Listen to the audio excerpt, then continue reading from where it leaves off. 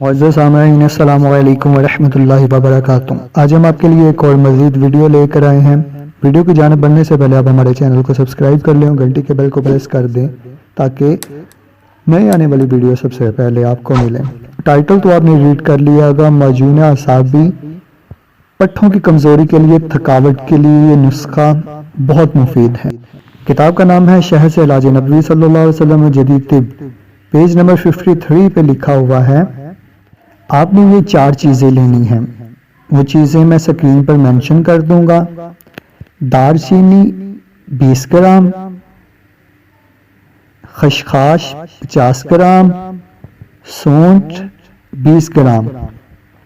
ان تینوں چیزوں کو اچھی طرح کوٹ کر باریک کر لیں اور شہد میں حسب ضرورت ملا کر محفوظ رکھیں۔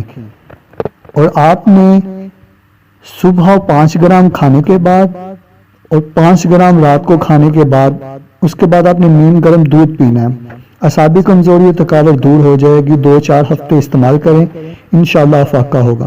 اگر آپ کو ہماری یہ ویڈیو اچھی لگی ہو تو ویڈیو کو لائک، شیئر، کمنٹ ضرور کر دیں اور ہمارے چینل کو سبسکرائب کرنا نہ بھولیں۔